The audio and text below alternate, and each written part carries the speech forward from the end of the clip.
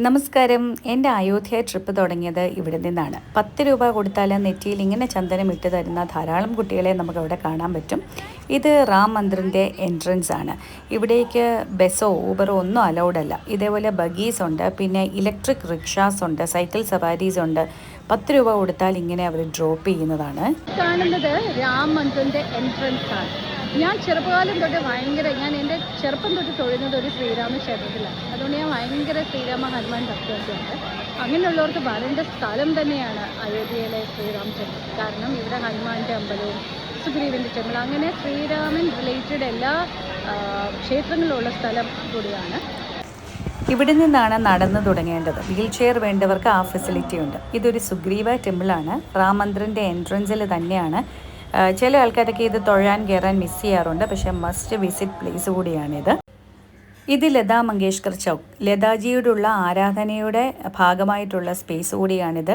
പിക്ചേഴ്സൊക്കെ എടുക്കാൻ വളരെ scenic beauty ആയിട്ടുള്ള സ്ഥലം കൂടിയാണ്.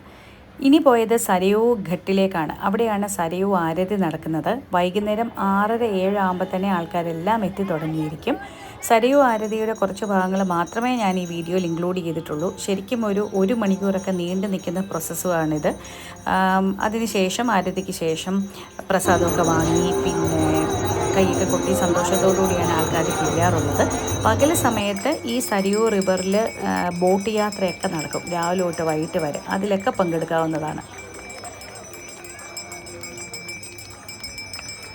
ഇനി പോയത് ഹനുമാൻ ക്ഷേത്രത്തിലേക്കാണ്. വളരെ പുരാതനമായ ഹനുമാൻ ക്ഷേത്രമാണിത്. സരയുവിലും ഹനുമാൻ ഗർഹിയിലും തൊഴുതിട്ട് വേണം റാം മന്ദിർ വിസിറ്റ് ചെയ്യാൻ എന്നുള്ളതാണ് വിശ്വാസം. ഭജനകൾ നടക്കുന്നുണ്ടാവും, പിന്നെ ധാരാളം കൊത്തുപണികളൊക്കെ ഈ ക്ഷേത്രത്തിന് പുറത്തുണ്ട്.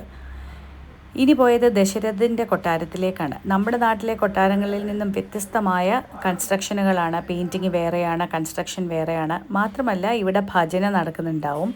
സീതയുടെയും രാമൻ്റെയും ദശരഥൻ്റെയും മറ്റ് ദൈവങ്ങളുടെയൊക്കെ വിഗ്രഹങ്ങളുണ്ട്. നമുക്ക് പ്രാർത്ഥിക്കാം, വഴിപാടുകൾ നടത്താം എന്നുള്ള പ്രത്യേകത കൂടി ഈ പാലസുകൾക്കുണ്ട്.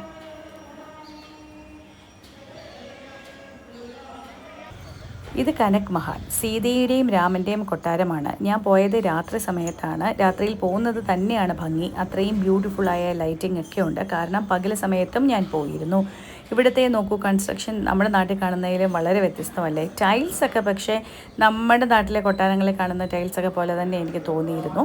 ഇവിടെ ഫോട്ടോഗ്രാഫി റെസ്ട്രിക്റ്റഡ് ആണ്, അതുകൊണ്ട് അകത്തേക്കൊന്നും എടുക്കാൻ പറ്റിയിട്ടില്ല. പക്ഷേ ഇവിടെയും ഭജനൊക്കെ ഉണ്ട്. ഇത് അയോധ്യ എയർപോർട്ട്. ഡൽഹിയിൽ നിന്നും അയോധ്യയിലേക്കും തിരിച്ചും ദിവസവും ഓരോ ഫ്ലൈറ്റ് വീതമാണുള്ളത്. യാത്രയ്ക്ക് എളുപ്പവുമാണത്.